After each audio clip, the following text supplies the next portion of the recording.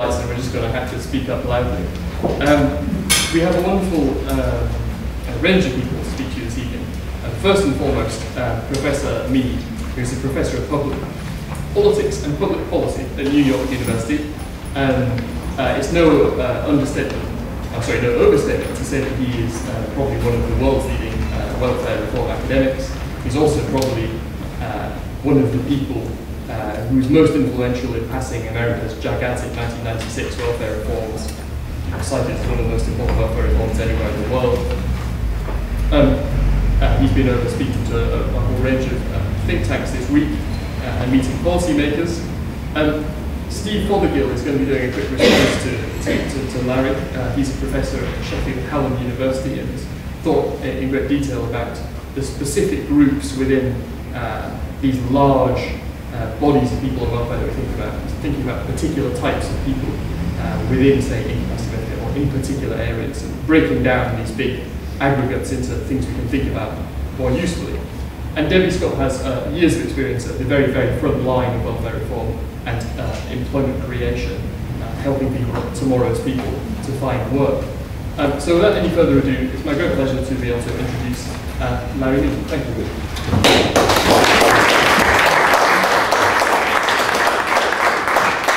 Thank you very much, Neil. It's a real pleasure to be here. I'm hoping to get some reaction to these, I have to say, not entirely fully formed ideas I will be putting before you. Let me just give a reaction to the state of British welfare reform and then go on to talk about my project. There's been a long-term struggle here to reform welfare and reduce dependency among working-age people. You achieved a substantial reduction in unemployment claimants. People in what's called job seekers allowance came down gradually until the recent recession when they went up again, but clearly there's been some shift towards conditionality for this group.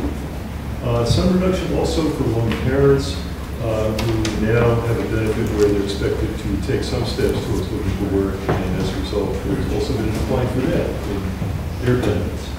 But at the same time, incapacity benefits have risen, and you now have well over 2 million people living on a benefit that presumes that they're disabled, not working. Overall, nearly 6 million people of working age are living on benefits, and everyone seems to think that's excessive, but there seems to be a lack of further thinking about what to do about it. One has to make some allowance for the current recession, but I think everyone thinks still that there should be a higher employment level than there is. Now, what is the problem? Why isn't there more progress? Well, it seems to me, as an American coming into this system and not knowing less about it, ignorance is bliss, of course. You can know a lot more than you don't know as much as people on the scene. 3 things stand out to me. One of them is that there is probably excessive attention paid to poverty traps, to the disincentives that welfare generates against work and marriage. It can appear as if you go to work, if you're on benefit, if you go to work or if you marry your spouse, you'll be worse off than before. Many people think that's the reason why dependency is high. I don't believe that. I don't know of any hard evidence in America that these incentives, although they may look prohibitive, actually affect behavior. Is the behavior of the groups in question, are they really influenced by these incentives? And I'm skeptical about that. I think it's overdone. So you have, I think, excessive attention to the disincentives and insufficient attention to administrative work tests. The thing that has driven the dependency down in America has been administrative requirements that people who go on age and have to work or look for work as a condition of aid, backed up by oversight by administrators to make sure you actually do it.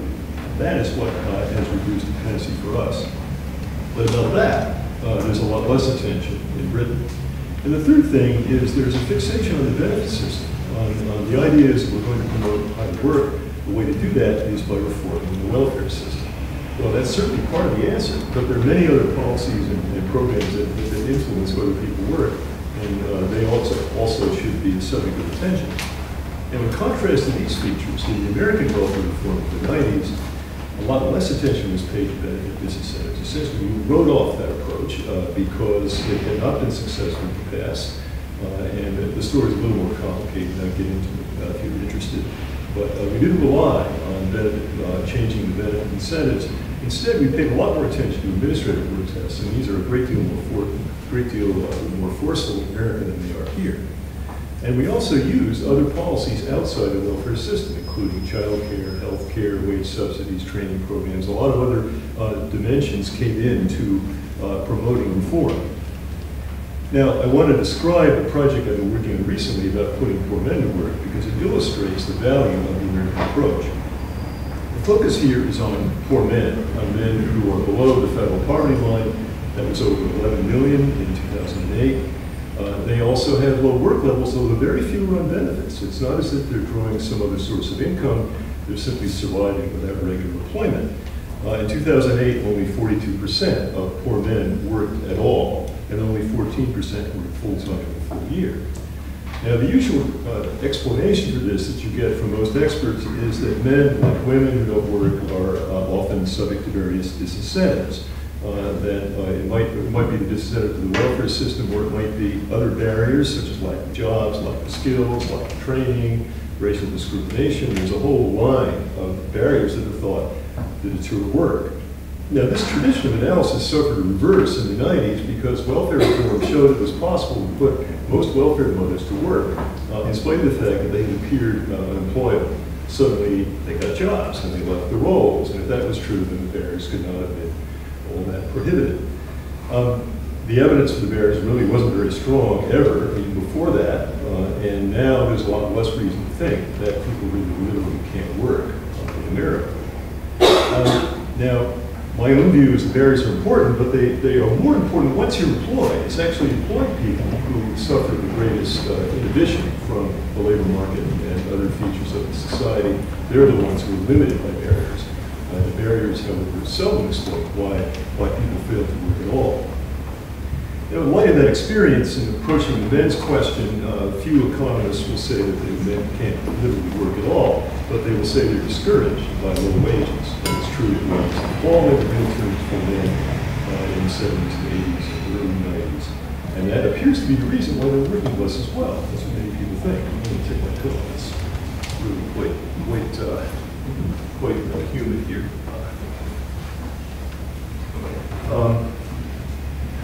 The problem with this theory is that wages actually rose in the later 90s for unskilled workers, and yet you don't see much response from poor men. Their work levels remain low and actually declining in many cases. So to explain work for the men, I think you really have to use a more cultural approach. You have to say not that people don't want to work, they usually do want to work, but they have their ability to do so. And the organization of discipline that allows them to hold the job is actually broken down for many low-income men. And that is the thing that makes it hard for them to work today. It isn't the barriers, it's rather lack of organization. And our program history supports the view that I've shown. Voluntary benefits, if you offer people training, even subsidized jobs, other things that will allow them to work more readily, you don't get much response. In fact, poor men don't even come forward for programs like this. Even when you're offering them job subsidies that will raise their earnings, the responses are remarkably tepid. Literally, you can't give it away. They don't come forward, they retreat, they avoid involvement with people trying to help them. The effective programs actually are more directed programs that tell people explicitly that you should in fact go to work. We don't leave work as a choice. We're not trying to expand opportunity. We're trying to impose obligation, actually trying to make work obligatory rather than possible. And effective programs, therefore, tend to tell their clients explicitly what to do, and they tend also to be paternalistic. That is, they have case managers who oversee the clients on a one-for-one basis and make sure that they do the right thing. So we help them too. We give them help in various ways. But we also say you have to perform your obligations. And work is not a choice, work is an obligation. Now, the way I would approach moving more poor men into work, it has nothing to do with the benefit system. This is not welfare reform. What you do is you build around the obligations that many of these men already have. And in particular, there are two groups within the non-working population. One of them is absent fathers who owe child support, or women who are not paying it. Either they're not paying it all or not paying all that they're supposed to be paying. And the second group is ex-offenders who come out of prison on parole. They're supposed to be working as a condition of parole in both states, but they don't always do that. There's a group that simply doesn't work regularly. I estimate that 1.2 million men from these two groups, the child support defaulters and the ex-offenders with work problems, together 1.2 million of these men are supposed to be working yet not actually working consistently. So what we need is a set of work programs to which these men can be assigned where work will actually be enforced, where they will get some help to work, but also will have to work. And actually, such programs are underdeveloped. In many states, you have the development of work programs as part of the child support system. So that men who claim not to be paying, they claim they're not paying support because they don't have a job, don't have any income. Judges can't determine if that's true, but if we set up a work program in which the men have to go and attend, then that's an obligation which they cannot avoid. And you typically find that about 2/3 of the men actually have some income and they actually be working surreptitiously, and then you can get them to pay. But the object here is not just to get them to pay, but to get them to work. And the evidence is that programs like this can raise child support payments by about half and work levels by about 20%. So that's worth it. That's quite a good return on the effort. So we can, by these work programs in child support, we can actually improve work and payment activities by these men. For the ex-offenders, we have prison reentry programs. They're getting a lot of attention right now because America has a huge number of people in prison. We have over 2 million people behind bars, and about 700,000 are coming back every year to the society. There's a lot of interest in getting them to the end and avoid recidivism through crime. In the past, we had programs for these groups that failed and haven't shown effects. But recent work programs aimed at rehabilitating prisoners have actually done rather better. And it looks as if they can reduce recidivism by 10 or 20%, and in addition, raise work levels. So the combination of work programs for the child support defaulters and the ex-offenders provide the basis for a work test for them. Essentially, we can say, at least for these subgroups, you have an obligation to work. We will now implement that more fully and enforce it more effectively. What would happen here is something parallel to what happened with welfare reform in the case of single mothers. When welfare reform began in the 80s, work programs for that group were typically small, largely voluntary, and largely detached from regular welfare operations. Welfare was about providing income for needy families. It really wasn't about work, but these work programs showed effects, and they were popular, and it looked like this would be an improvement. And so slowly, programs grew in size. They grew bigger, they became more mandatory, their authority increased, and above all, the welfare system took on board the work mission. It basically said, okay, our job now isn't just providing income to families, it's actually getting the mothers to work. That's now a core goal that we're going to take on. And it was that shift towards accepting the work mission that changed welfare and led to the revolution of the 90s. That was actually going on before the passage of the 96 Welfare Reform Act. Now, to do the same for men, we would have to take today's men's programs, which are typically small and voluntary and detached from regular child support or criminal justice operation. Those programs would also have to expand and become more mandatory and be taken on board by the mainstream institutions. That is, child support and criminal justice would have to say, it is our mission too to get our clients to work. That's something that we have to do. And it isn't just to get money from them, from the families. It isn't just to deter crime. It's because the men themselves need work more, and the families need it, and society needs it.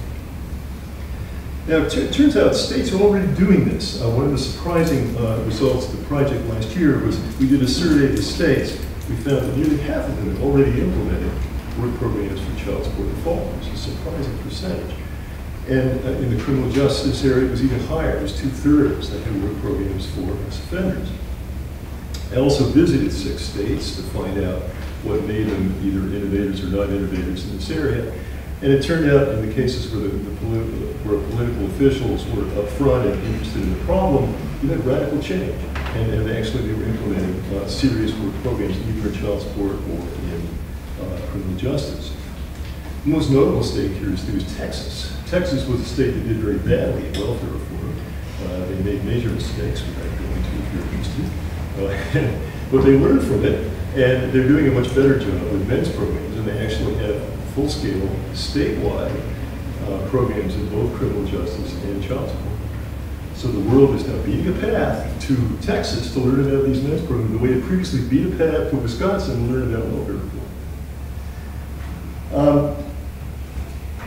What sort of program is best? Well, based on current evidence, a MENS work program should be mandatory, they should enforce participation, they should be paternalistic, they should have case managers that oversee the clients, and they should be based on work first rather than training. For this group, training is not evaluated well. We have to focus on building up a work history and available jobs. Training can play a role at a later point. I think when men are seriously employed and have a work history, then it's possible to upgrade the skills. I estimate that to serve the 1.2 million men defined before would cost between $1 and $5 million.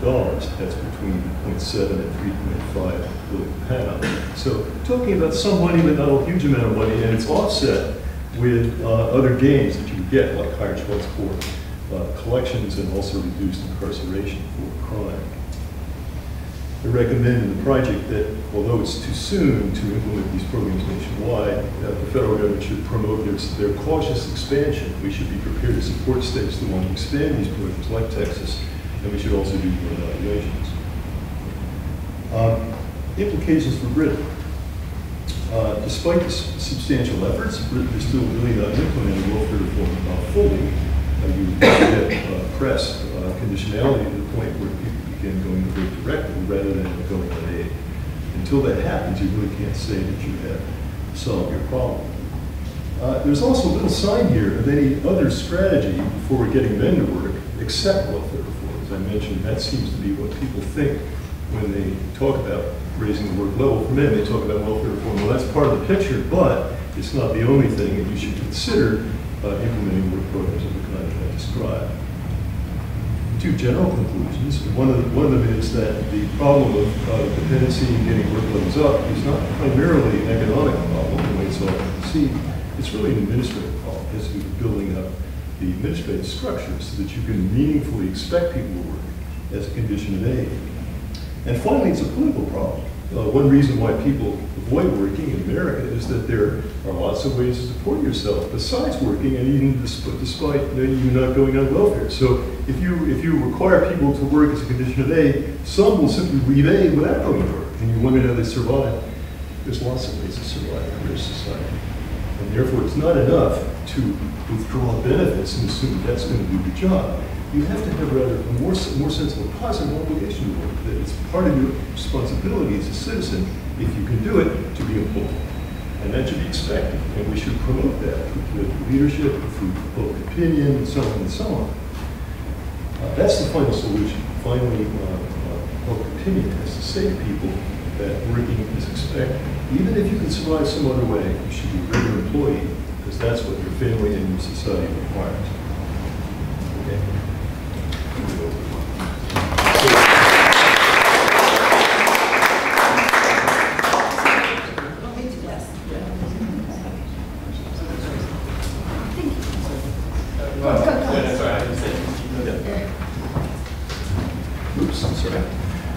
You're not going to get a long talk, that's the talk.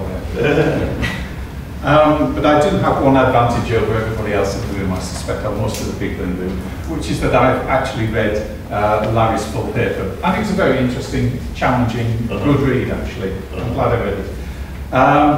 But lurking behind that paper is really a tension.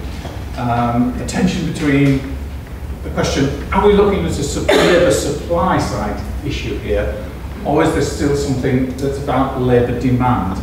Now, I don't want to paraphrase your words, Larry, but I sense very strongly from your paper that you see the problem of worklessness, particularly amongst poor men in America, as being essentially a labour supply problem. Yeah. Not exclusively, perhaps, but you see it as about the willingness of many of the men to engage in the labour market for whatever reason. Perhaps sometimes, personal financial reasons, avoiding obligations, etc., etc. So in a sense, their position outside the labour market is to some extent voluntary, and you would say we are letting them get away with it.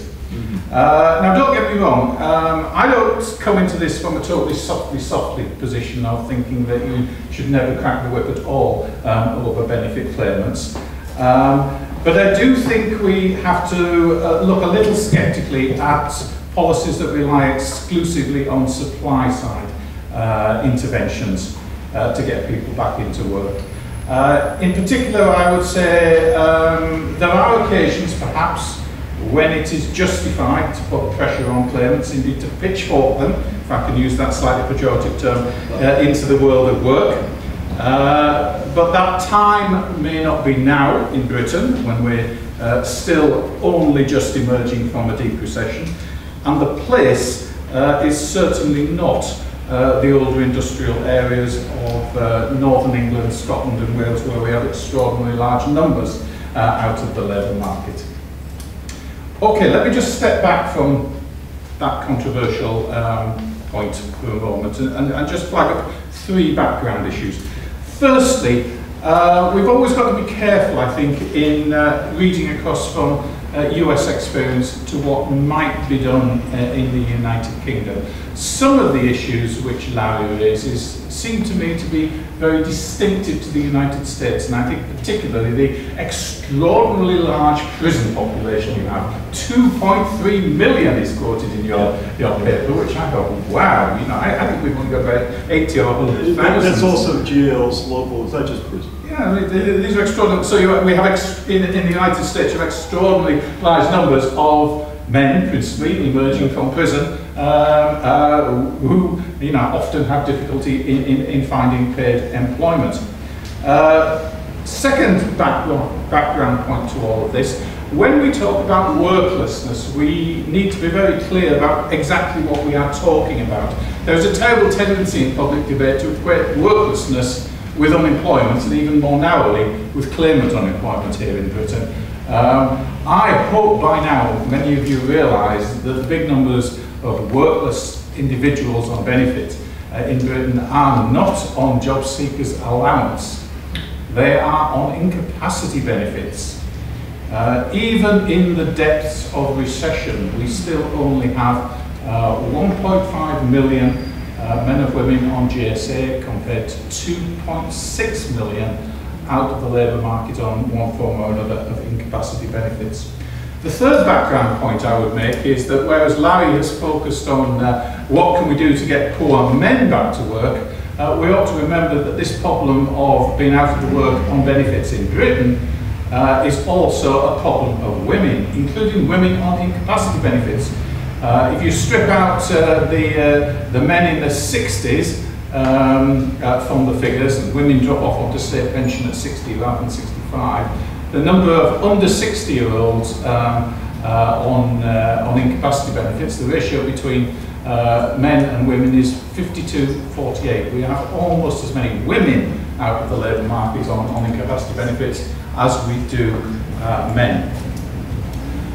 So, what is going on and how do we understand it all? I think in the British context we don't get very far in understanding worklessness and in particular the incapacity benefit phenomenon unless we bring geography into the picture. I'm constantly amazed how much people fail to recognise the enormous differences up and down the country.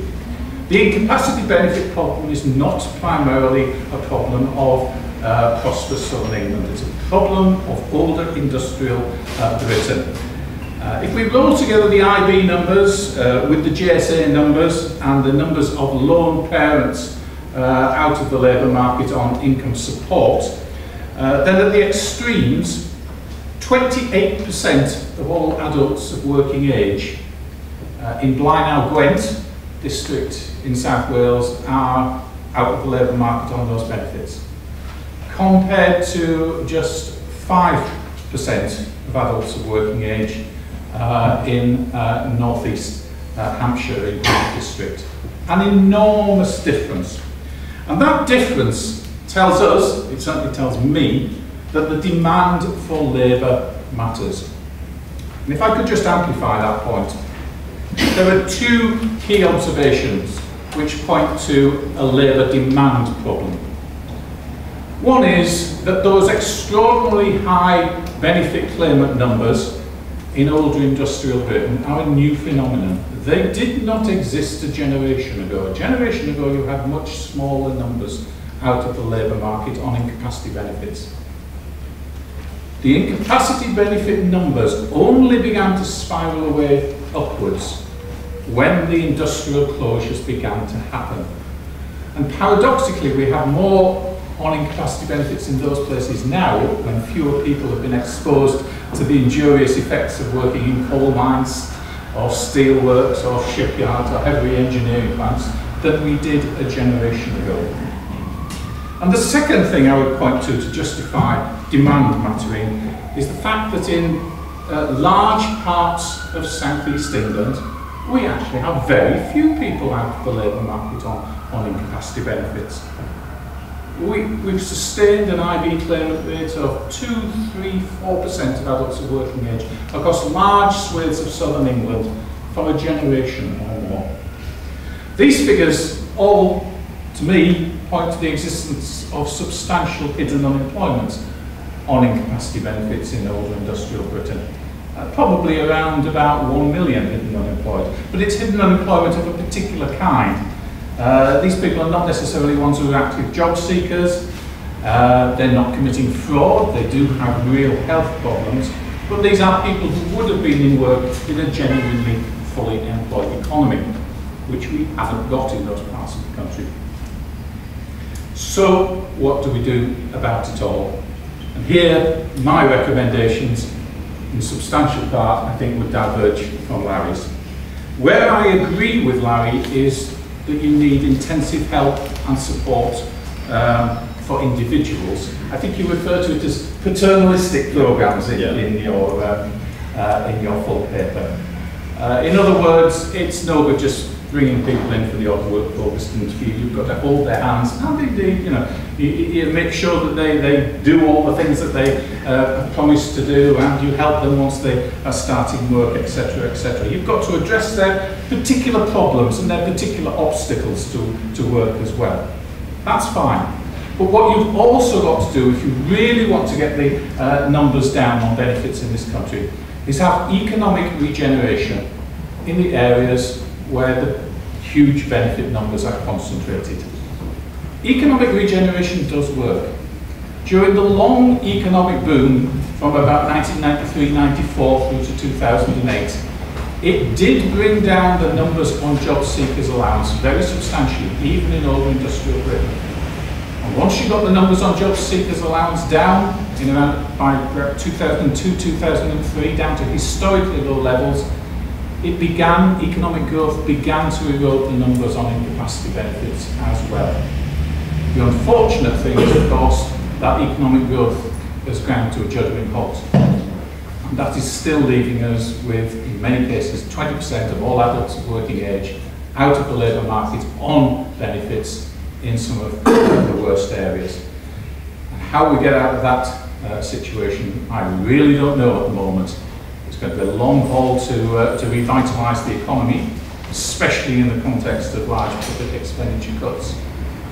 What it seems to be to require is a new generation of interventions, of job creation programmes. I thought Future Jobs Fund was heading in the right direction in terms of helping the younger unemployed, but that's been cut by the new government. I thought Future Jobs Fund could be a model for what might also be done for the older incapacity benefit claimants. But is this government going to listen? Thank you.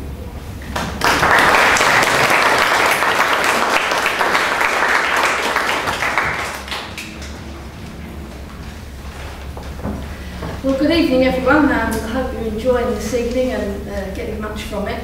I'm Debbie Scott, I'm the Chief Executive of Tomorrow's People, and I'm here in that capacity, no other capacity at all, no political hat on whatsoever. And I like to think that what I've prepared in brief for you comes from the clients that we're in business to serve.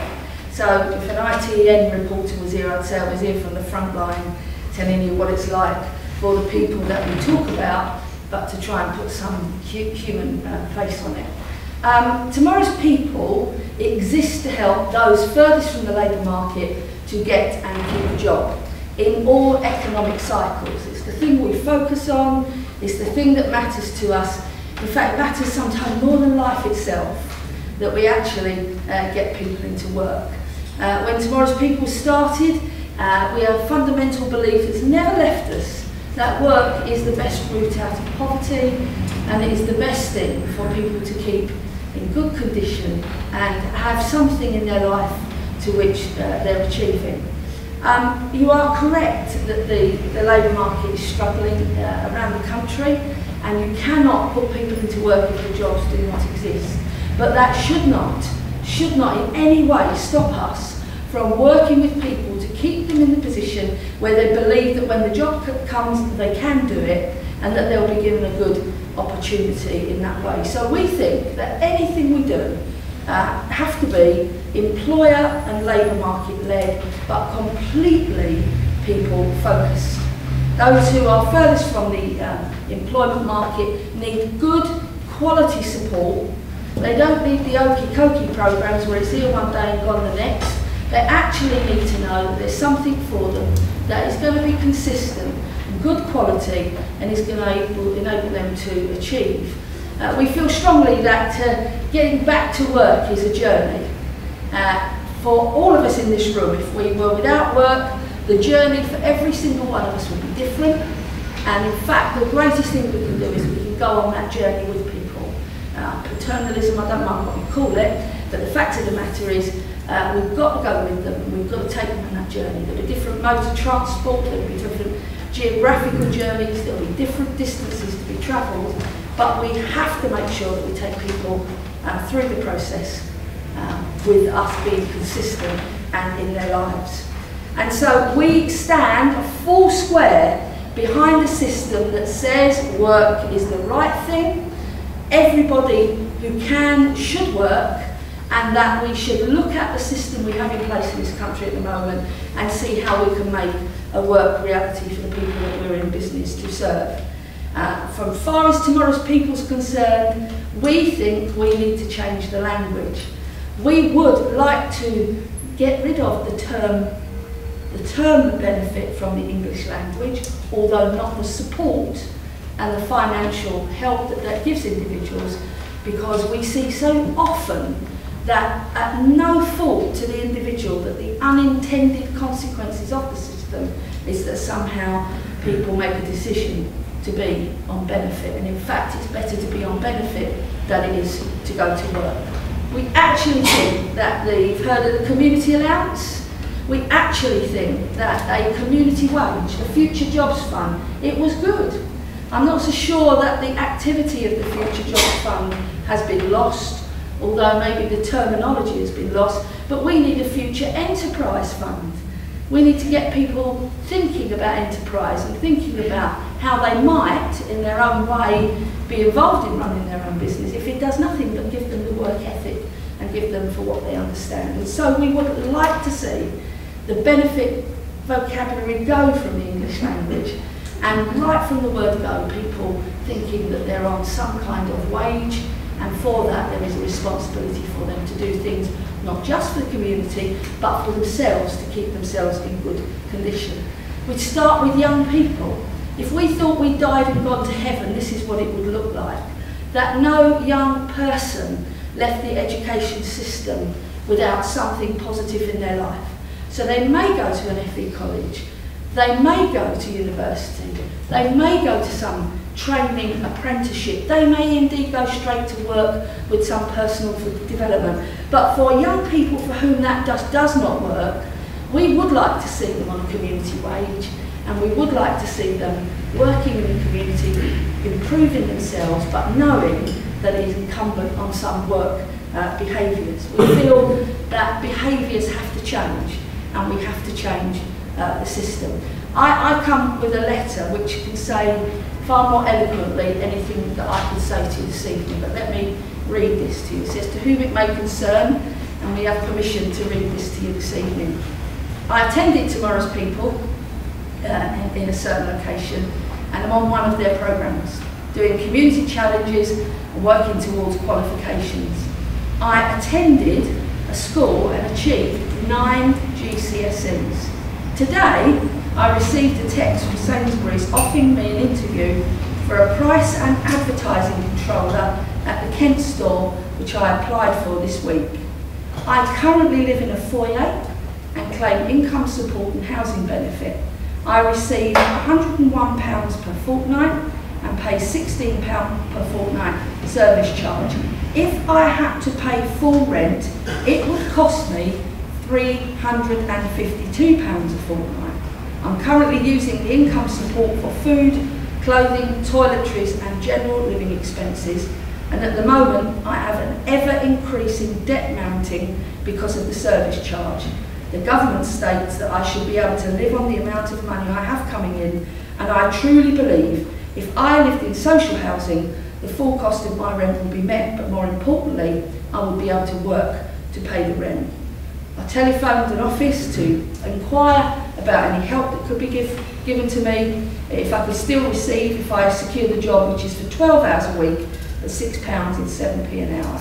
They informed me that because my wage would exceed the amount of income support I receive, I would not be entitled to any assistance because I am not a lone parent. If I were a lone parent, I would be entitled to assistance. I feel I'm being encouraged to have a child just so I can afford to live and move out of the foyer that I'm in. I'm a 17-year-old person wanting to go to work and come off benefits, but because the vacancies available to me at the moment are for part-time work, I feel completely trapped. I've applied to college to increase my chances of obtaining full-time work in the future, but for now, I would like to go to work and keep a part-time job as well as college. Due to my living circumstances, I feel that I am being forced into claiming benefits just to keep a roof over my head. I don't want to be a statistic just to survive. I am aware of mistakes that I have made, but I do not want to pay the price for the rest of my life. I feel in my present situation, I'm being encouraged to be dependent on the supported housing and benefit system. I want to be independent and hold my head up. Young people, particularly from foyers, are wrongly assumed to be lazy, out of control and drug addicts. I want to move on in my life. Can you help me solve this? And to me, we find people like this all day, and you have to ask yourself, we are where we are, but the time is for change, and we have to help that young lady move into work, and we have to change the system that enables her to do it. And if we do it for her, we can do it for others. Thank you.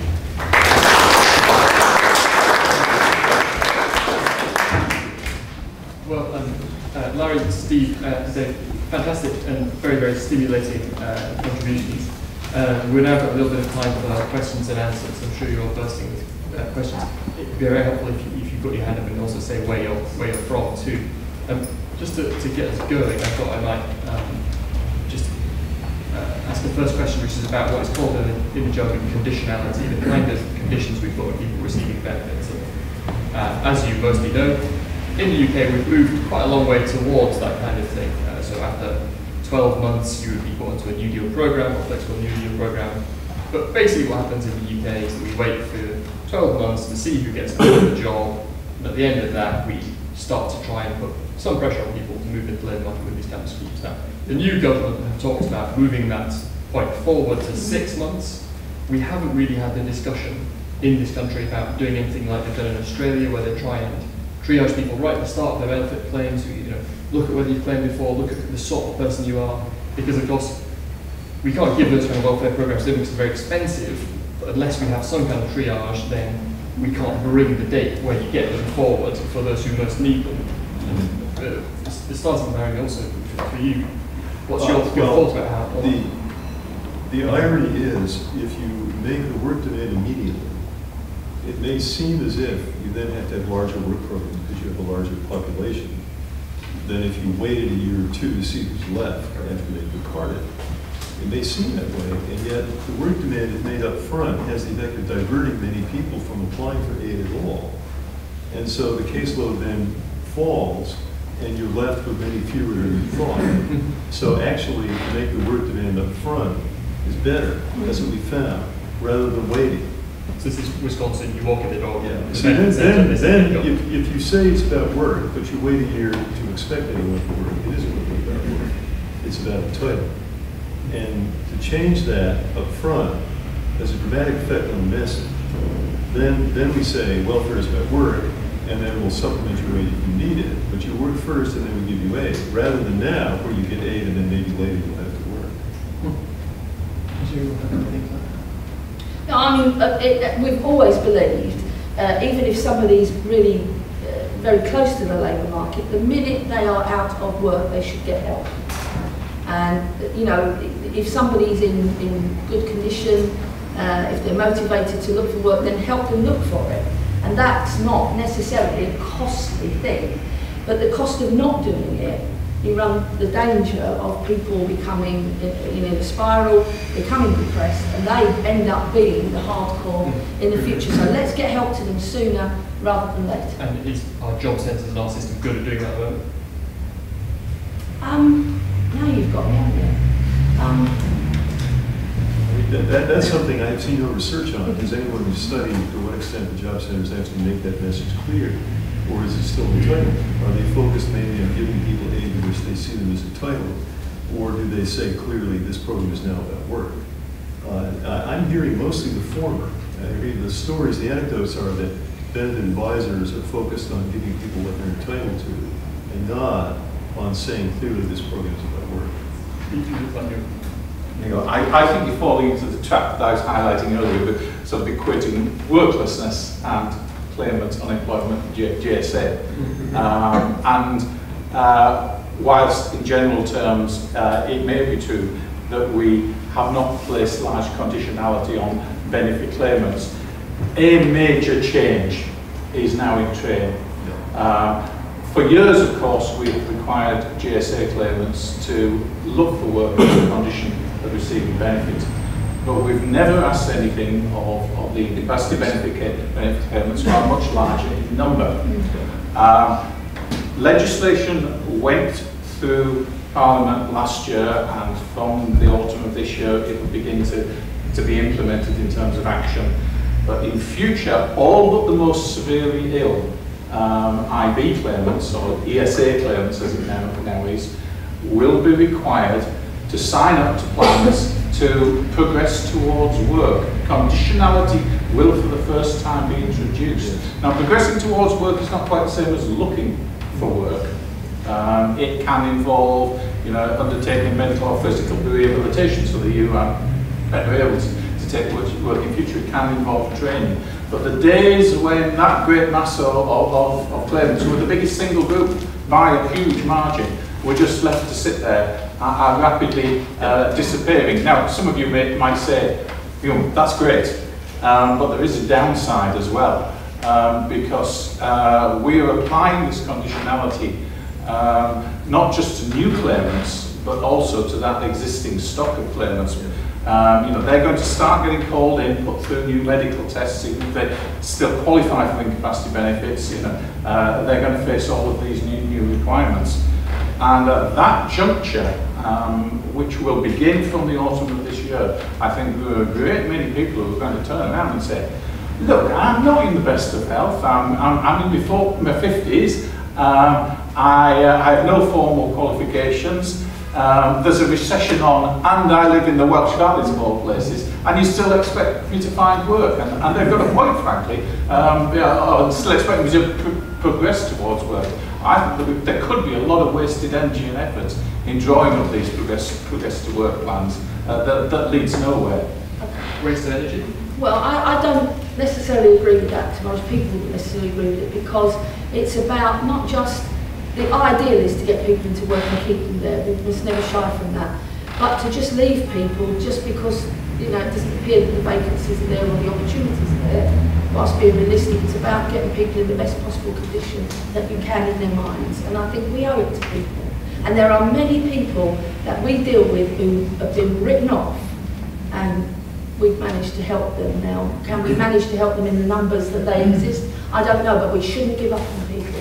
We mustn't. I'm not against, you know, giving the option of that help, but I think applying it retrospectively to the existing stock, many of whom have been out of the labour market for many years and will never ever be the first choice of employers, especially at this difficult economic time. I think it's just a recipe for causing a great deal of personal distress to individuals, and actually for wasting a lot of the DPA-based money.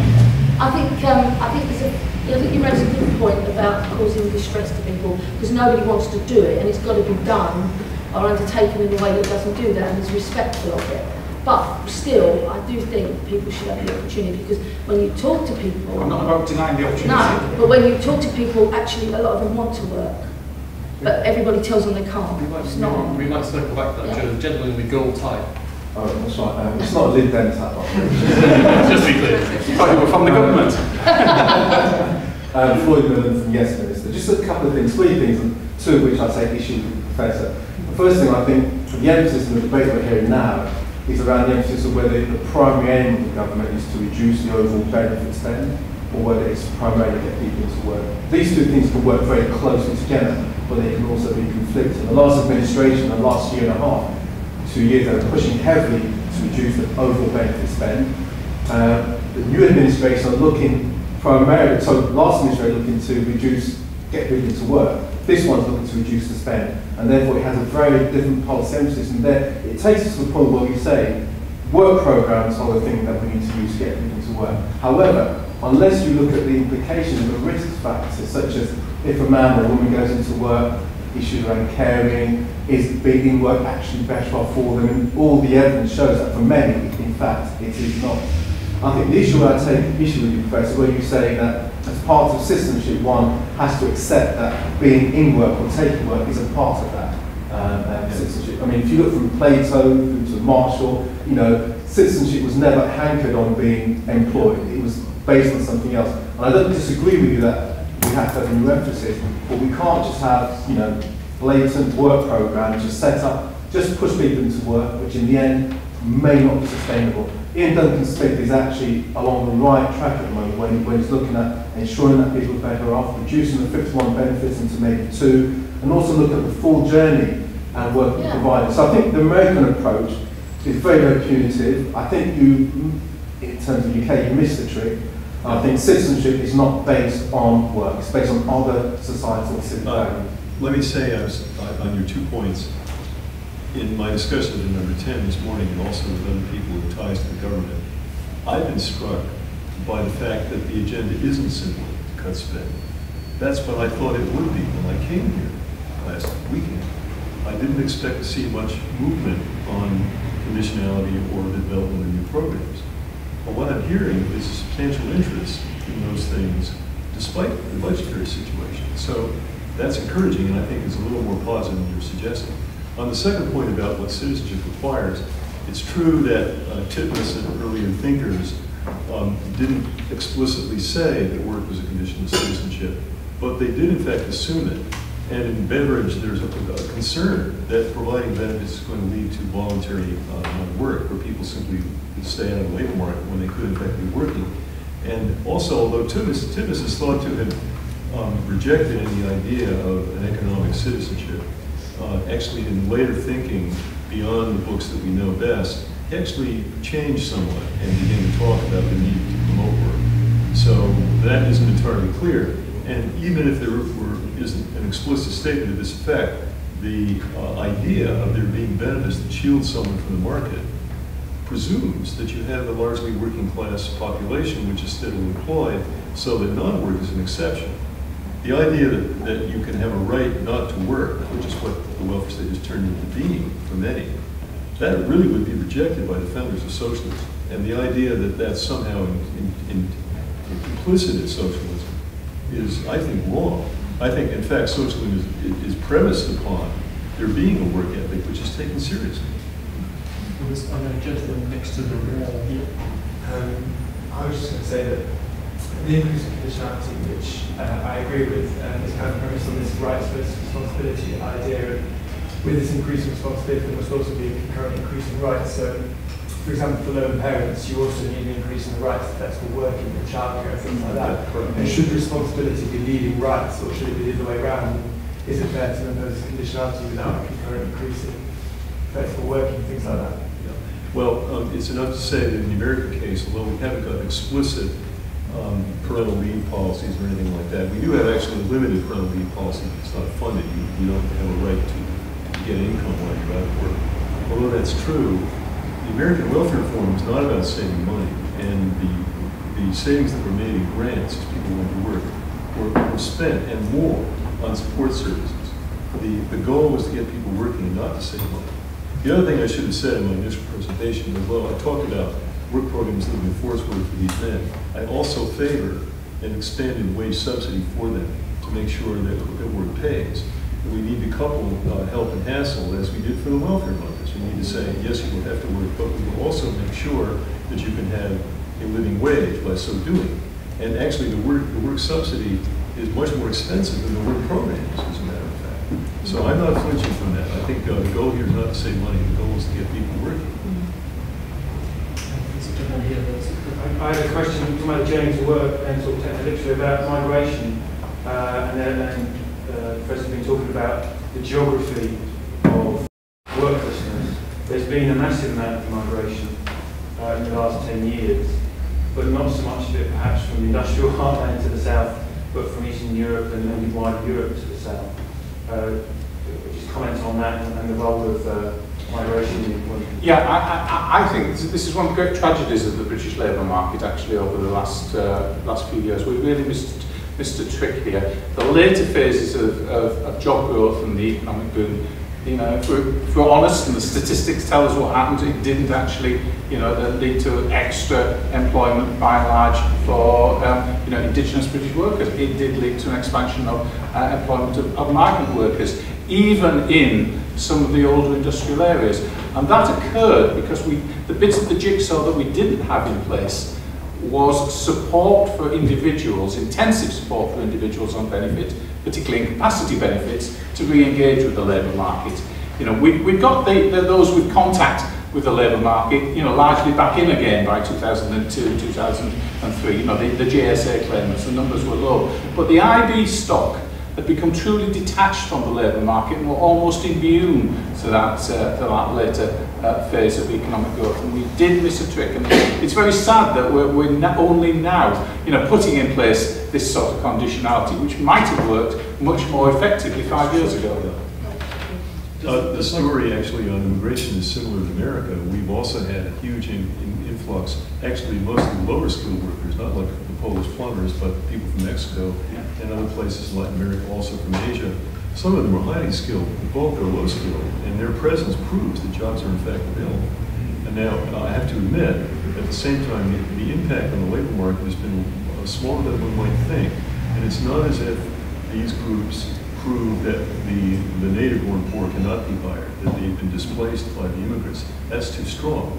They prove that jobs exist, but there's every reason to think that the non-working American poor could also get jobs. And actually, the main concern of immigration is not primarily protecting the labor market, but other issues related to immigration. Whether we want to have the country turn into Mexico. And that's a very different question what we're talking about today. That sort of argument suggests that the answer then is something about culture. If there are jobs that are available to migrants, they're not. Yes, correct. Actually, the migrants are willing to work. They have the work discipline that our native-born poor used to have 50 years ago, and today have lost. I don't think we should characterise it as just about work discipline. You know, by and large, the migrants who came from Central and Eastern Europe were younger, fitter, and better qualified than the stock of claimants that we ended up with part-time incapacity benefit, who were mostly older, and poorly qualified, and, you know, affected by various health problems, because that's how they got onto IB in the first place. I should say in response to Steve's remarks that the labor market clearly is different here, in that you do have a long-term depressed area in the north where jobs are less clearly available than is true really anywhere in America, except for maybe Appalachia. We have some rural areas that are isolated. But we don't have long-term manufacturing areas, which what's that? Detroit. Even in Detroit, you have people finding jobs, immigrants in particular. So although we have areas that appear to be bombed out, they're not isolated like North of England. And the other difference is that Americans tend to move to where the jobs are, and that isn't so true here. And it's part of the benefit system that allows them to stay where they are rather than moving to the jobs. Okay, so lots of things going on now. Jeremy. Excellent. You mentioned Appalachia. Yeah. And the gentleman to your right, I'm afraid of his name, I think. Steve Fothergill. Steve Fothergill. Fothergill. Fothergill. Mentioned the recurrence problems with people with incapacity benefit in Welsh Wales. You know, I speak as an undoubted Welshman myself.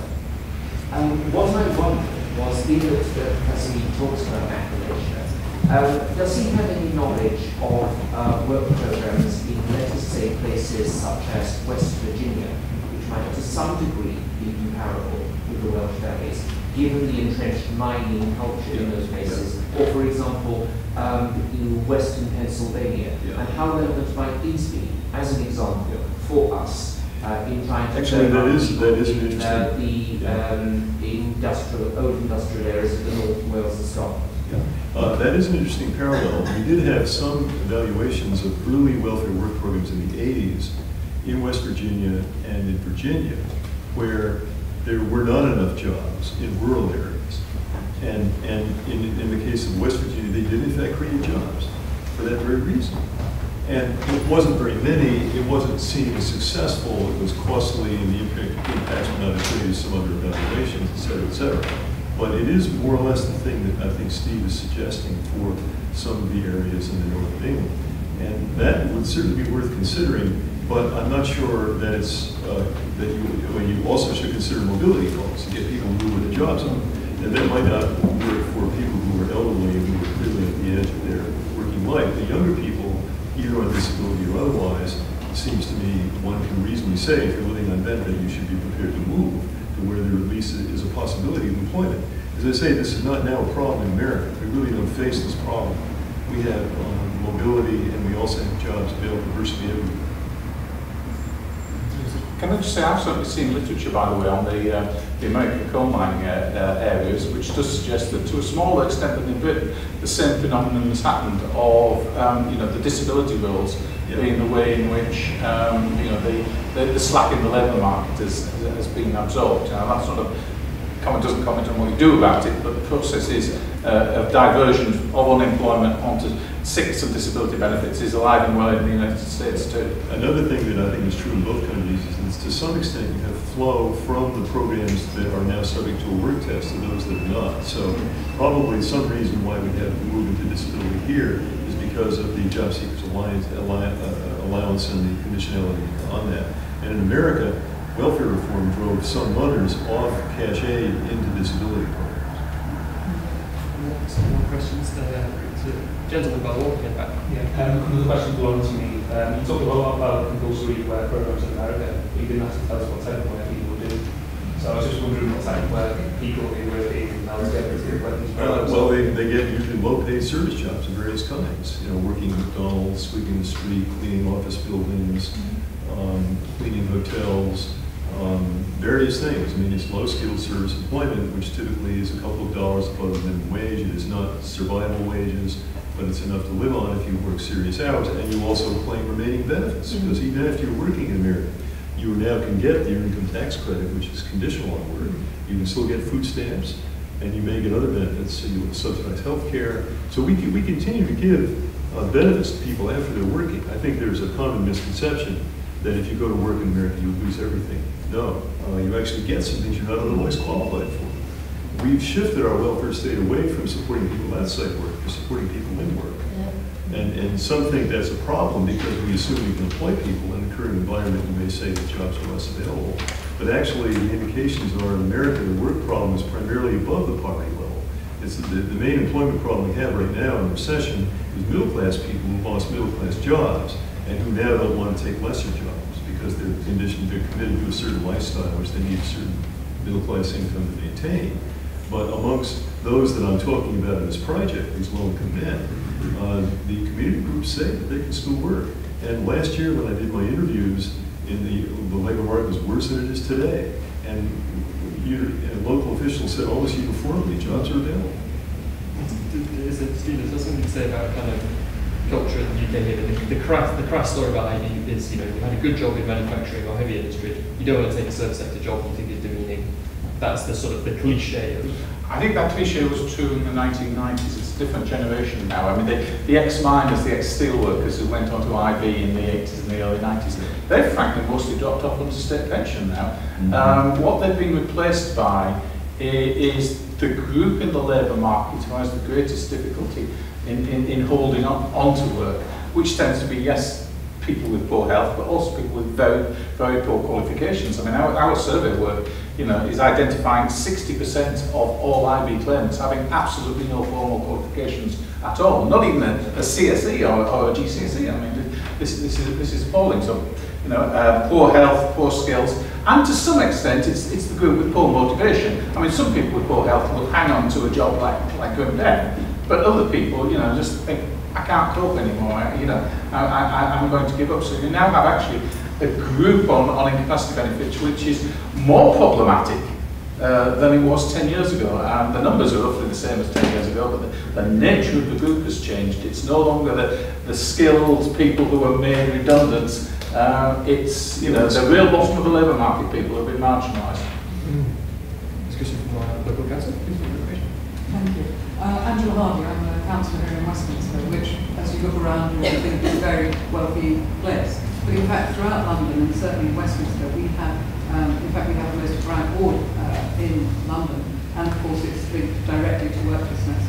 And there are pockets like that around London, where when the accession states came with workers arrived here, we still, you know, and they found work, but people who lived in those pockets of London did not. They didn't access that job growth. So I just want to lay the lie that it's, if there's not a job, you know, if you have to travel to work, then perhaps you won't go. People half a mile north of Oxford Street, half a mile south of St John's Wood, for example, still didn't find work. So I think this is about conditionality and bringing people in. But what I'd like to ask Professor Mead is that the two programs you've talked about are for poor men, who people may believe owe society something, and therefore that there may be a view that this is appropriate, that they should have conditionality. They don't support their children, or they've owe a debt to society in some way.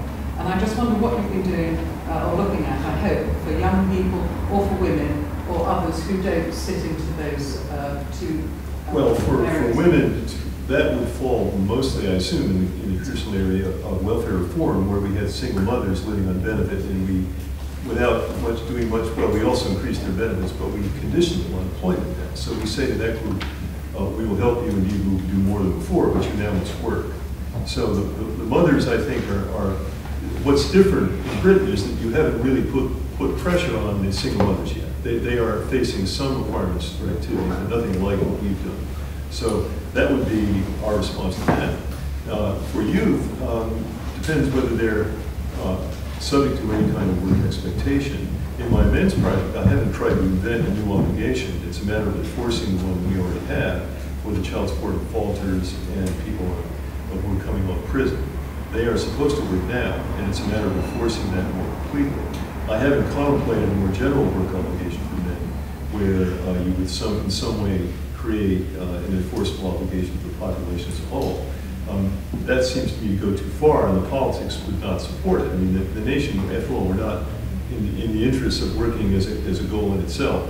We still can imagine the idea of people who are free to choose whether to work or not, and they have other ways to support themselves. We're not questioning that right now, but we're looking at these groups which already have a work obligation. So at the moment, that's enough to chew off. At a later point, we might talk about expanding. Just on the numbers on the British situation, though, I mean, let's not think that the women who are lone parents on income support are the big numbers. Actually, it's about 700,000. Yeah. There's 1.1 million women on incapacity benefits. Now, once the reforms of lone parent benefit have taken full effect, even that 700,000 is going to come tumbling down, because by the autumn of this year, once your eldest child is 7, you will no longer be eligible for income support as youngest child is 7, no longer eligible for income support. So we probably end up with only about 400,000 or thereabouts. See, now that's exactly what I'm describing as diversion. See, if you, in fact, have a meaningful work test for single mothers, then a lot of them are going to start bypassing it and going directly to work. That's diversion. That's the holy grail. That's the thing you really want to achieve. So that those on benefit are those who really cannot work right now. What you don't want to do is have people on benefit who really could work, but who are financially qualified for benefits, so they go ahead and take it. That's a mistake. You want to say to people, no, you have to work first, and then if you still need help, we'll help. one thing I learned earlier on today from you, which I thought was fascinating, was that we think we've been very radical in this country, taking the age down of income support from 16 years for the youngest child to 7. In the US, it's what? It's 1 year. Max. 1 year max. Even 3 months. So there is a big difference here. There was, I think, a question from one of our trustees, and we're going to go back. No, you had it earlier on. Yeah. Yes, I'm interested to learn a little bit more about your attitude to these 2.5 million people who are on incapacitated. And you seem to think we should just give up on them. But I mean, don't we have a responsibility as a civilised society to get them back into the system? I think a triage right at the beginning that they go on should be the first port of call, because the longer they remain on it, the more demoralised they become, the less employable they become. No, I mean, the last thing in the world I'm trying to say is we don't try to do anything about this. Actually, we should. I sketched out that I believe the way to do things is by helping the individuals and also by trying to boost the economy in the places where these people are concentrated. But I think we also need to be pragmatic. That's really what I was trying to say about applying all this conditionality to some people who, even with the best will in the world, are still going to be absolutely at the back of the queue for jobs. And that's where I take issue with current government policy, and indeed that is the continuation of the previous government's policy, because it was the previous Labour government that set these reforms in motion. I could see the sense in applying the conditionality to new claimants who are closest to the labour market, but applying it in a compulsory way to the entire stock of IB claimants, I think is a step too far. I want to confirm what Steve has said, that this is a very radical step. We haven't taken it. In our disability program, we have no such requirement. Now, maybe you need it more because your program has been more laxly administered. You have more people there who probably are really not disabled. I think there are different with Steve in saying that they haven't committed fraud. I think if you say that in a better labor market they would be working, that is enough to say that they're not really disabled, and therefore they are bending the rules. And we may tolerate that in the short term, so we understand how difficult the situation is. Well, I gather that they ran a pilot on calling these people into medical, and a very high proportion opted not to go to medical and come off incapacity benefit. Yeah, so that's, I think there's misnomer here. That's because there's loads of people who've been, a significant number who are on incapacity benefit, who were placed on that benefit, parts of Wales and the North East, because at the time it was the highest paying benefit. They didn't necessarily have a condition that prevented them going to work. So the work capability assessment is now also the subtle change is looking at what people can do as opposed to what they can't do. So I totally disagree that you just leave them and say they are, woe betide, they've been on IB for years. There's a significant proportion who could potentially do some form of work. I agree. You've never had to be incapable of all work in all circumstances to qualify for IB. And it's not a question of self-certification either. I mean, initially it's your own doctor, but then you've got to go through, a medical assessment by doctors working independently on behalf of DWP. The experience of the tougher medical tests that have begun to be introduced, and we eventually will be applied to the entire stock, is that it will, purely through that medical test, take quite large numbers off incapacity benefits. The pilots suggested 10%, but the experience so far suggests the numbers are going to be much higher. And I've heard David Freud, who's now the Minister for Welfare Reform, saying that he expects perhaps 750,000 out of that 2.6 million to be taken off incapacity benefits purely through the medical test. Now, where are they going to go? The assumption has always been, they'll go on to job seekers allowance. In practice, many of them won't, because they will not qualify for means-tested GSA, say because they have a partner in work, or maybe because they've got a small pension income. I would imagine a lot of those people will simply get booted off the benefits of someone together. There's an expert question. Yeah, Neil from Community Lens. We've sort of been working across the UK trying to understand supporting age and poverty-related issues. And places like Salford in Scotland and where we're based in Newham, we're finding, working particularly with those long-term unemployed, that basic barriers that we've discussed about the benefit system and about motivation, that a lot of these, some of the people that we're finding are actually working within that community and exalting in the black economy. My question is, how does that fit into future reforms around the programme, around motivational techniques to get people back to work? And I know in California, for example, it was very high income economy measured, and the authorities have got formalisation programs around self-employment and enterprise to push forward that. I'm not sure I've heard all that you're saying. Are you saying that many people who appear not to be working are actually working underground? And, well, I don't have some recent research on this, but in the 90s when I wrote a book on this question of barriers, I did research at that point, and the evidence then was that the black economy, the underground economy, was smaller than most people thought. It was like 10 or 15% of GDP. And most importantly, those who were in that economy also tended to have jobs above them. So it's not as if we have a secretly working population that appears to be jobless and really isn't. Mostly we have people who are working both above and below ground. So those who are really jobless are jobless. They are actually not working, and they have the problems that I talked about. Yeah, I'd agree with that actually. I think the British evidence supports that those of the black economy actually tend to be people who also have jobs. I know from our own survey work of incapacity benefit claimants, and when you talk to people in detail about their benefits and household circumstances, you think you're getting honest answers anyway. It's actually a remarkably small number. It's 2, 3, 4% who say, well, yes, I do the odd little bit on the side to keep to supplement my income. The other 95% don't do anything of that sort. It's a question right at the back. I work with ex-offenders, and it's my experience that they actually want to work, but they often don't know how to look for a job. So that's one thing. But also the jobs that were perhaps easy to get access to, like construction work, it's not easy to get into construction.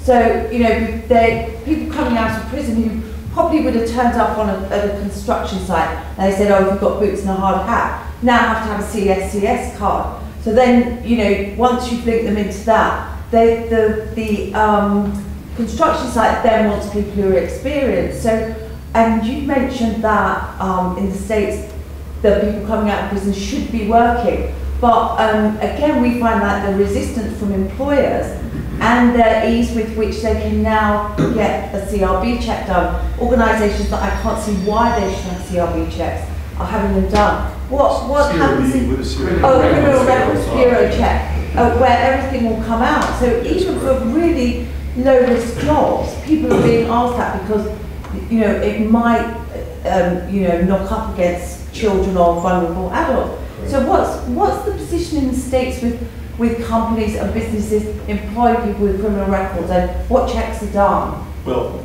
they vary. Some employers refuse to hire ex-offenders. Others do. Others can be persuaded to give them a chance. The programs that work with ex-offenders advise them typically to be honest about the fact that they're in prison, but also to say that they may have learned new skills in prison and they're turning their life around and they want another chance. Some employers respond to that. Some employers are barred by law from hiring people who are ex-offenders for some sorts of jobs. So it varies. Now, there's enough concern about this so that in the program that I'm imagining, I would actually be willing to create jobs for these groups. And as I mentioned, in our most effective prison reentry programs, they do in fact create jobs. So that is one way to do it. But I also have to say that in my interviews with local officials, they did not say that that was necessary. They believe that jobs are available in the private sector. And most of these men have extensive job histories. They've held a lot of jobs, more than most of us have held. But they also lose them. The problem isn't so much that they can't get a job, they can't keep it. And that has to do with attitudes, conflicts with the boss, with coworkers, inability to get there on time, take orders, etc. It has to do more with work discipline. So I don't mean to give up, but we have to provide a more paternalistic structure where you have a case manager who helps them sort all this out.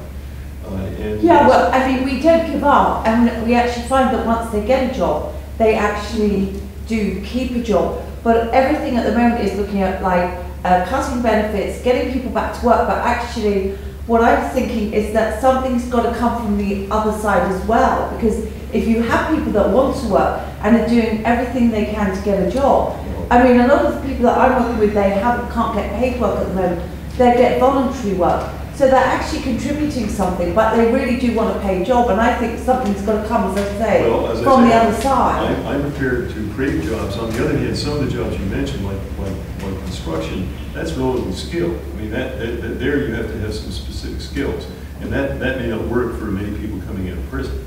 But there are still unskilled jobs on building. There are still low-skilled jobs on building sites. And I mean, I think if you're going to require work, you must be willing to assure work in principle. Yeah. I agree with that. But as I also mentioned, it doesn't appear as if most of my respondents agree. So I think what we're likely to do, what I hope, the way it will likely come out if we create programs like this, is we will have the potential to create jobs if needed. But we very likely won't have to actually have to do that in most places. That it would be possible placement in the private sector. That's interesting. And just one point, the best programme for helping ex-offenders integrate into the labour market tomorrow's people has ever seen is the Lancey Street in San Francisco. And it really does, it gives them somewhere to live.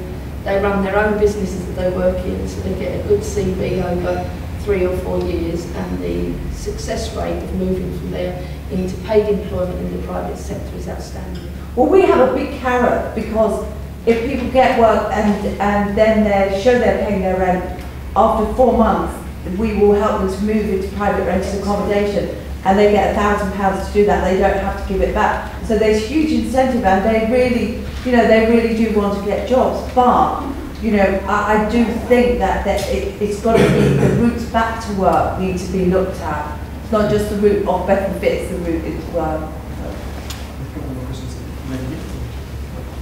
I just wanted to say about job sustainability. You mentioned that a lot of the unemployed men go into service sector jobs, low-skilled service sector jobs. Those are jobs that traditionally have really low sustainability rates. The government is increasingly, the Labour government and now the new government, paying providers of work programmes on sustained job outcomes. And I was just wondering what you thought about that, and whether there was an equivalent payment structure in place for work programmes in America. There is. We pay our usually work programs in welfare reform are based on contractors who work on a performance basis. That is, it isn't the number of people they serve, but the number they place, and also how long the jobs last. And you mentioned jobs are often don't last very long. It isn't the job that usually is time limited, it's the worker. The workers drop out and are replaced by other workers in the same job. So the goal in many of these programs is to improve retention, and to place a person, have them stay there for a year or two, rather than 2 months. And that's a big part of what you try to do with these programs.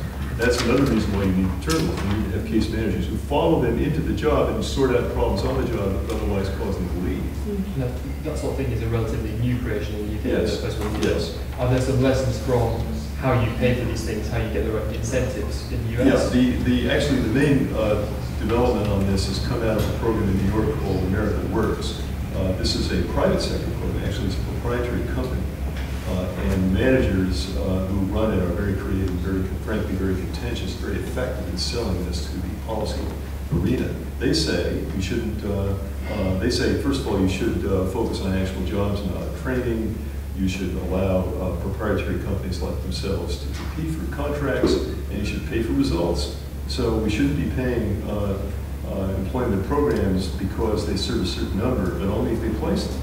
And that's how they're paid. They get paid a certain amount to place somebody, and then they get a further amount if they last 90 days, and a further amount if they last 120 days, and so on. And that's a good way to do it. And what are the sustainability rates for best programs? I can't, well, in the current project, I think they claim, I think it was 95% of their placements last for 90 days, but then it goes down to 75% by 180 days, something like that. And that's the basis of my cost estimates. Sorry, just one last question. It's been talk of paying providers, new work programs, paying providers at 2 or even 3 years in work, so providers won't get paid the full amount until somebody's staying in their job for 3 years. Is there any comparable payment? I don't know if at times, it usually doesn't go beyond a year and a half. The performance contracts I know are up to a year and a half. And I don't know that it would be reasonable to stretch it out more than that. A provider should get something if they placed a person initially, but then something more in 90 days, something more 120. It ought to be stretched out. In Miracle Works case, they get paid increments. And they, as I said, they want it that way. They want to show results, and they demand everybody else do too. And the movement is in that direction.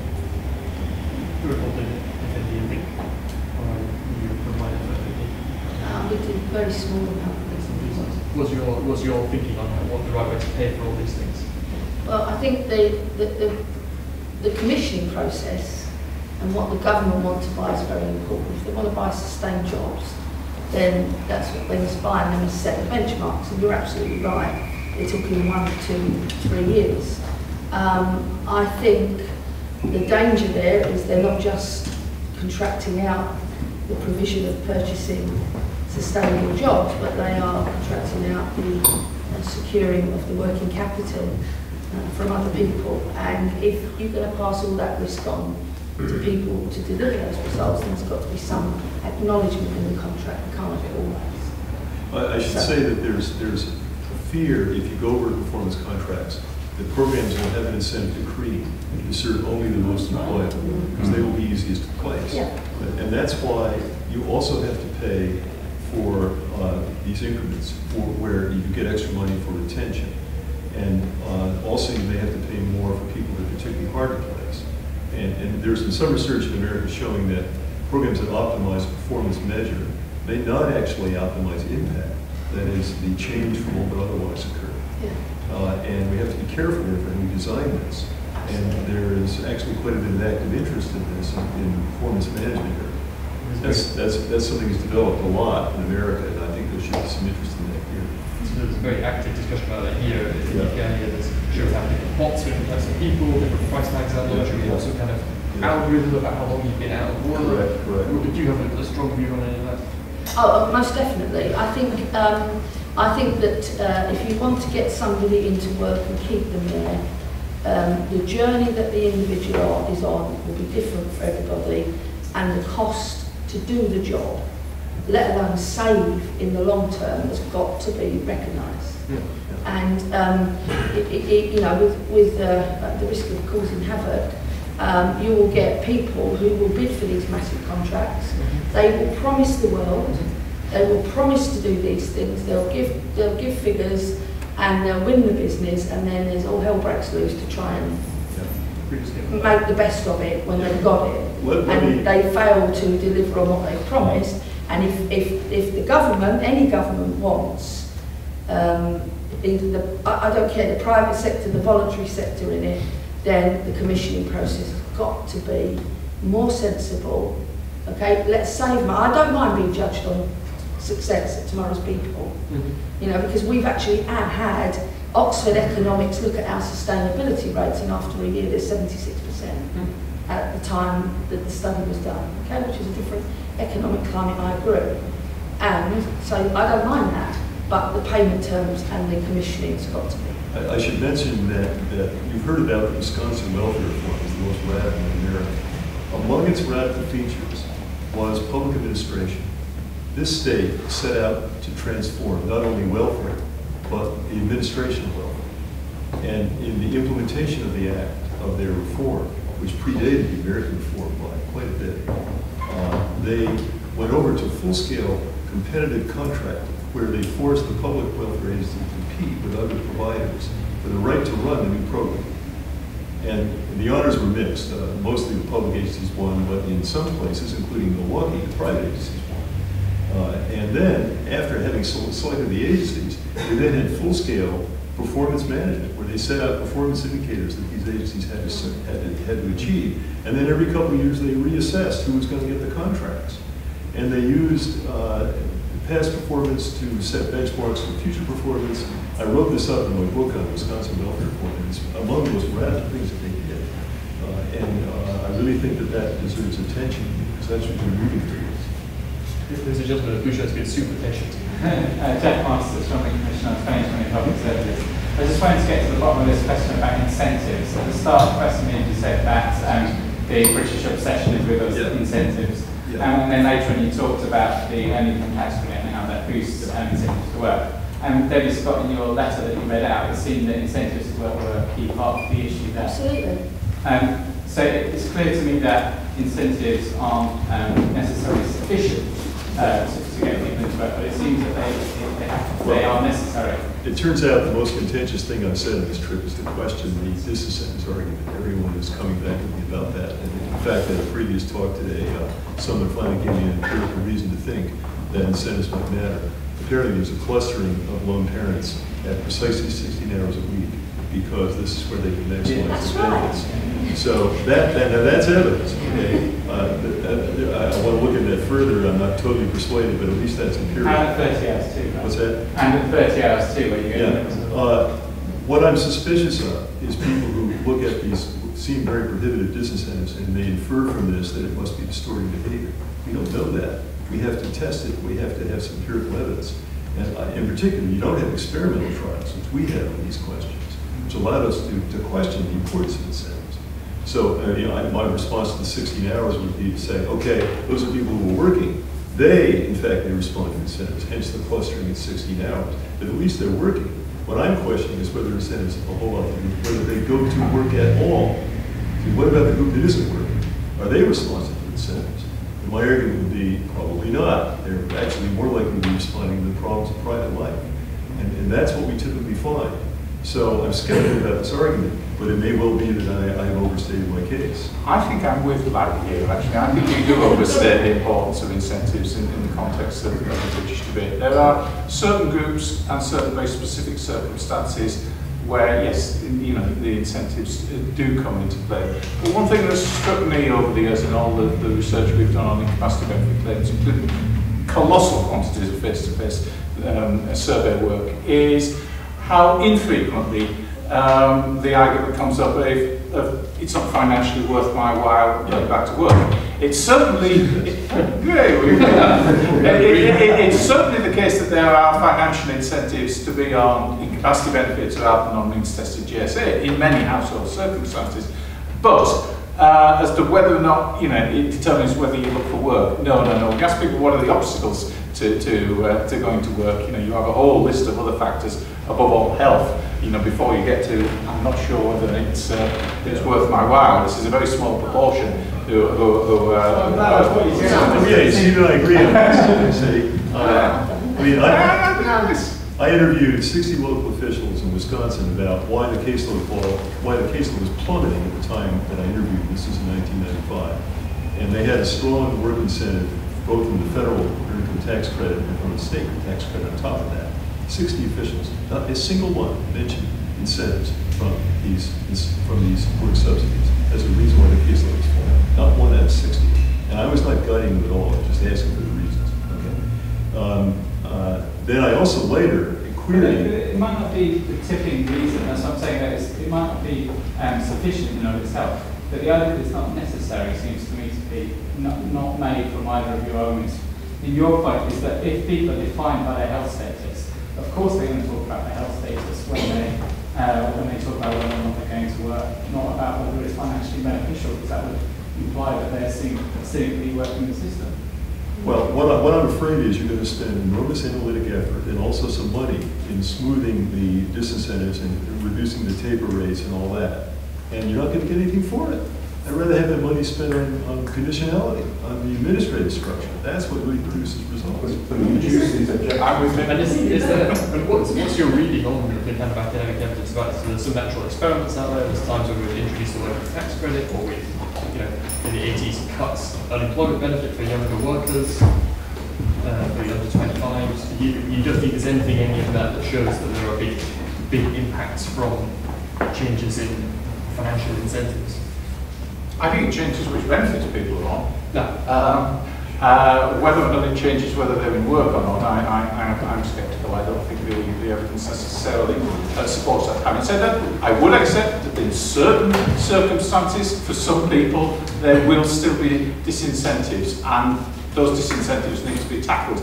But to generalise it to the entire stock and to say somehow that people stay on benefits because it's not worth their while going to work is to misunderstand the overall problem. I think that's an issue where it's how the benefits concerned. we're about to run out of time, and I know there's a couple more questions, but we might try and take some of those together in a kind of a last round, if that's all right. There was one last question here, and then I think we're going to... So can I just make a comment on that? It's not a combination of both that you need the conditionality and the work incentives, because you're identifying health, for example, in your need to work. That's because people can have work since early 90s. Whenever you do the work to build their confidence to get to work early, they then need the stepping stones before the 16-hour bills. And I think it's that entire journey from the conditionality, bringing in small steps back into work, trying out work, not just through volunteering, but getting paid for it. We're actually getting back into the bridge and then passing the 16-hour rule. And I think the incentives may not be the number one priority whenever you're dealing with low-term unemployed, but as you move them onto job seekers, and as the work programs kick in, you then need the incentives. Actually, I think I'd agree with that. As people move into work and become more used to it, they start to think more in economic terms. And the higher you go up the job ladder and the income ladder, the more behavior becomes economic. So this argument that incentives don't matter, I wouldn't make it about the middle class or the rich. They're extremely responsive to incentives. It's the lower income population where we typically don't find great responsiveness. Because in fact, if these people were that responsive to incentives, they probably wouldn't be in their current situation in the first place. They have other priorities, other problems. They haven't yet gotten to the point where economic calculation can govern their actual lifestyle. So you had a question, Liv? No, I think, sorry, Martin was saying I was just going to mention that, to add a bit more tin to the fire, that I'm not sure that it's really necessarily purely about the amount of money that a person receives, but about the complexity that exists within the system. So I think that my impression is that it's more than just money at certain hours, but the fact that changing your work a couple of hours or falling out of work has such a big effect on your income, and no one really understands, I think, at a ground level, how exactly their income is affected all the time. So it's not really a question. I mean, we've asked claimants, how much would you need to make it worthwhile going, for you to go back to work? And actually, it's about a third or 40% say, I don't know, because they really don't understand, what in-work benefits they would get and what benefits they would lose, etc., which suggests that this isn't some marginal calculation, about, well, I'd be, £10 a week worse off or better off if I did X. It's taking the risk of coming off of benefit and going to work, and if it doesn't work, you've got to re-qualify, so I'm not going to take the risk. So it is. One of the most positive things that the new government is proposing to do is simplify the system so it will become more comprehensive. So one last question before, maybe we do two quick questions in one go. One at the back and one at the front, we'll take them together. Julia Briggs, University of Oxford. I just wanted to ask Larry how you're enforcing the work obligations on men who weren't part of the benefit system. Because obviously benefit sanctions aren't really an option. And the other question? I was just wondering if you have anything, from Mead Partnership, with our partners contract in London, which I've worked on as a PA for my sins, so Frontline like Debbie. We have things like if you fall out of work within the first 2 years, if you're on an incapacity style benefit, then you're able to go straight back onto your claim without making a new claim. We also have permitted work, which is where you can work up to 16 hours and still keep the majority of your benefits. Do you have anything similar, and has it worked for you? On the first point, the sanction for the men's programs is that if you don't cooperate, if you don't show up, typically, then you can be incarcerated. If it's child support, you go to jail. If it's prison reentry program, you go back to prison. So that's the ultimate sanction. But I would add, as I said, an enhanced work subsidy. And for that subsidy, you would have to pay your child support assessment, if any, and you would also have to work 30 hours a week. So there would be, the benefit would be itself conditioned on work in the manner of your income tax credit. The EITC currently does not have an hours threshold. It doesn't require some minimum number of hours. I think it probably should. But in any such proposal for men, it should definitely require at least 3 hours a week. So that would be conditionality. Your question over here is about whether we can have a form of, let's call it trial work, where people move from incapacity back to work, and then they can go back into incapacity without having to reapply. We've tried that in America. We have in our disability insurance program, we have something called Ticket to Work. where we try to get people to trial work and yet go back into school if they choose. It's fair to say it hasn't had much effect, that very few people choose to do it, and it looks like the only real solution is going to be something like we've embarked on here, where we really expect activity from people, even those who've been classified as disabled. So we look at degrees of disability and the degrees of expectation about how much they should do. We're going to have to move that way, and the fact that Britain has already taken that step is, to me, most encouraging. It's something that I believe we're going to have to look at. Well, Larry, Steve, Debbie, thank you for your brilliant contributions this evening. I'm afraid, like in the cricket, bad light has now stopped playing. But thank you so much to all of us. Brilliant stuff.